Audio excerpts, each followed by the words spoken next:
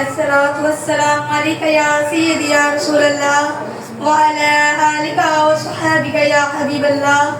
الصلاۃ والسلام علیک یا سیدی یا نور اللہ وعلی آلک وصحبک یا خاتم النبیین۔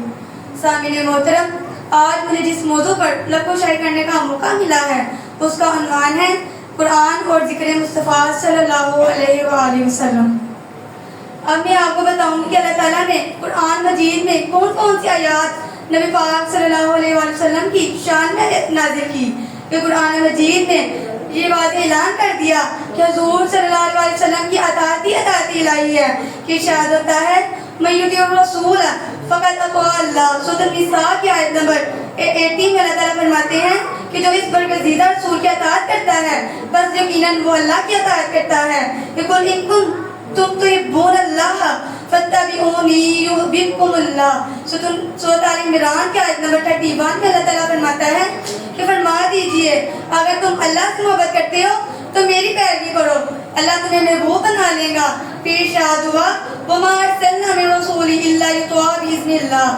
سورۃ النساء کی آیت نمبر 64 میں اللہ تعالیٰ فرماتے ہیں اور ہم نے کوئی رسول نہیں بھیجا مگر اس لیے کہ حکم الہی سے اس کی اطاعت کی جائے، مطلب کہ نبی پاک صلی اللہ علیہ وسلم نے جو ہمیں کہا ہے ہم اس پر عمل کریں، ان کی فرمانبرداری کریں۔ اطاعت کا مطلب یہ ہے۔ پھر قرآن مجید نے 12 ادائیگی نماز کا حکم دیا، لیکن قرآن مجید میں یہ تو بتایا کہ نماز پڑھنی ہے، لیکن یہ نہیں بتایا کہ کیسے پڑھنی ہے، اس کا طریقہ نہیں بتایا۔ لیکن صحابہ نے عرض کیا یا رسول اللہ صلی اللہ علیہ وسلم ہم نماز کیسے ادا کریں؟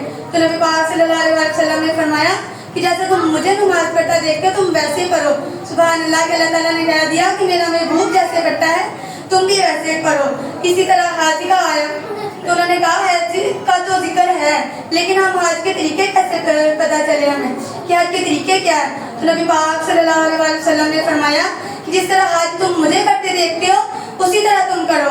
پھر اسی طرح کسی شخص نے حضرت عبداللہ بن عمر سے سوال کیا کہ قرآن میں نماز سفر قصر کی تفصیل نہیں ملتی، کہ آپ کیسے پڑھتے ہیں؟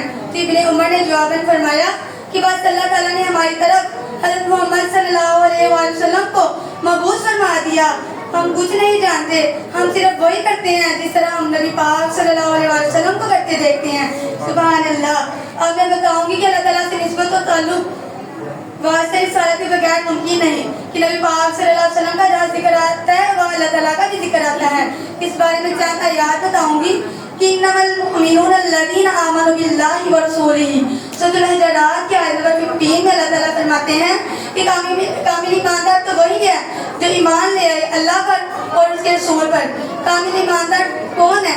نبی پاک صلی اللہ علیہ وسلم نے فرمایا کہ نبی پاک صلی اللہ علیہ وسلم کے نزدیک وہ ہے جو اپنے مال اولاد جان سے بڑھ کر نبی پاک صلی اللہ علیہ وسلم سے محبت کرے۔ پھر نبی پاک صلی اللہ علیہ وسلم نے فرمایا کہ وَأَطِیعُوا اللَّهَ وَرَسُولَهُ إِن كُنتُم مُؤْمِنِینَ، کہ اور اللہ اور اس کے رسول کا حکم مانو اگر تم ایماندار ہو۔ وَمَن يَعْصِ اللَّهَ وَرَسُولَهُ وَيَتَعَدَّ حُدُودَهُ يُدْخِلْهُ نَارًا خَالِدًا فِيهَا وَلَهُ عَذَابٌ مُهِینٌ، کہ اور اللہ اور اس کے رسول کی نافرمانی کرے گا اور اللہ کی قائم کردہ حدوں سے نہ آگے بڑھو، اسے ہمیشہ رہنے والے عذاب میں مبتلا کر دے گا۔ اللہ تعالیٰ نے شراب حرام کی، جوا حرام کیا، لیکن جو کافی لوگ ہیں ان سے حد سے بڑھتے ہیں۔